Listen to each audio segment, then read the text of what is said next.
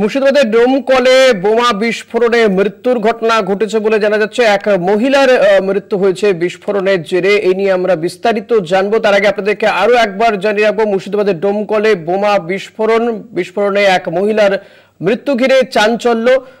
আমাদের প্রতিনিধি রাকিবুল রয়েছেন আমার সঙ্গে। রাকিবুল, এই বিষয়ে কি জানা যাচ্ছে? কোথা থেকে এলো এই বোমা?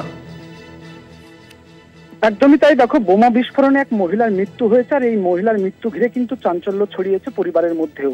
কেননা দেখো, ওই পরিবারে জানা যাচ্ছে যে পরিবারের যে বাড়ির ভিতর, সেই বাড়ির ভিতরের উঠান আছে, সেই উঠানেই কিন্তু একটি বেড়ার পাশে এই বালতি রাখা ছিল। আর সেখানে কিন্তু মহিলা কিন্তু ওই বালতিতে হাত দিতে গেলেই বোমা বিস্ফোরণ হয় এবং তাতেই ওই মহিলার মৃত্যু হয় বলে প্রাথমিকভাবে জানা যাচ্ছে। এবং মহিলার যে ভাইপো আছে, তিনি কিন্তু দাবি করছেন যে 11টা নাগাদ এই ঘটনা ঘটলেও 2টো পর্যন্ত কেন লুকিয়ে রাখা হয়েছিল ওই মহিলার দেহ, এমনটাই কিন্তু দাবি করছে এবং অভিযোগ তুলছে ওই মৃতের ভাইপো। আর এই ঘটনায় কিন্তু চাঞ্চল্য ছড়িয়েছে। পুলিশ ঘটনাস্থলে পৌঁছিয়েছে এবং পুলিশ উদ্ধার করে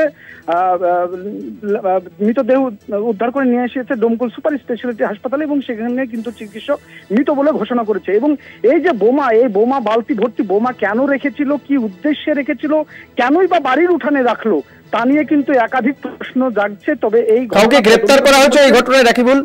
একদমই না, কেননা এখন পর্যন্ত পুলিশ তদন্ত শুরু করেছে।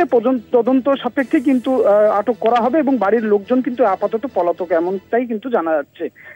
ধন্যবাদ রাকিবুল। কথা বলছিলেন আমাদের প্রতিনিধি রাকিবুল ইসলামের সঙ্গে।